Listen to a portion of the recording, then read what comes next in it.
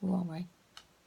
We are on. Hi, it's the Tightwad sisters here, Rosie and Sharon, and we went to the movies last night and we saw The Free State of Jones.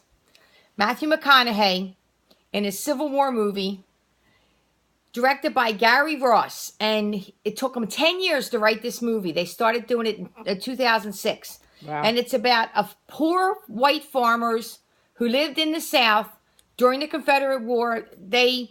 And it opens up, and he's a medic he's on the battlefield in the Civil War, and it opens up where he's a medic, and that part in the beginning, yeah, Confederacy, the Confederacy in the Civil War. He was a medic, and it's hard to watch in the beginning.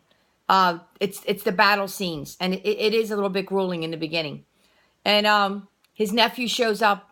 He's only a young kid, maybe 14, 15, right?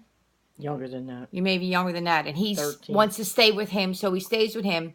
Well, we can say this part because it's in the trailer. The kid dies, and he takes the body back to his sister. And he has a realization that this is not his war. This war, he feels like it's for the rich plantation owners to keep their slaves. I'm hot. And I'm getting hot.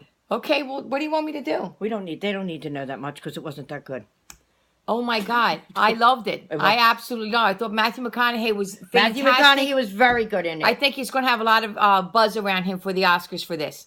There was a lot of extras in it. It was about a man who had humanity and integrity, and he didn't join with the North. He just felt like this wasn't his war. For the people. And he got away. He wanted to fight when he took his nephew back, he was a deserter. And he got some help, and he went into this swamp area with all these black men who were runaway slaves. And women. And there was some women there. Women weren't mentioned much in this movie, but we won't talk about that. They formed a bond. Other Confederate soldiers were leaving the fight, and they joined. And they end up making... You got to wrap it up. Wait a second. They end up making like an army where they fought against the brutality of the war. They didn't want to do it. These were men who didn't own slaves, so they didn't see the fight was for them.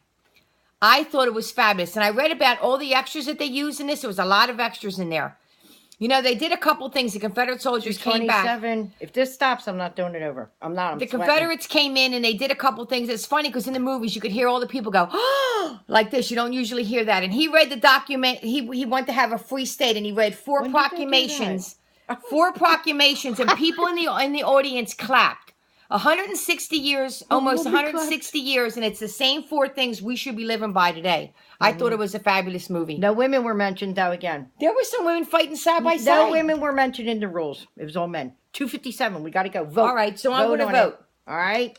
A lot of the extras they used were relatives from the Civil War period. Okay, come on. I'm giving it 5. Oh, my God. I'm giving it 1. I'm giving it 5. I thought it was incredibly well done.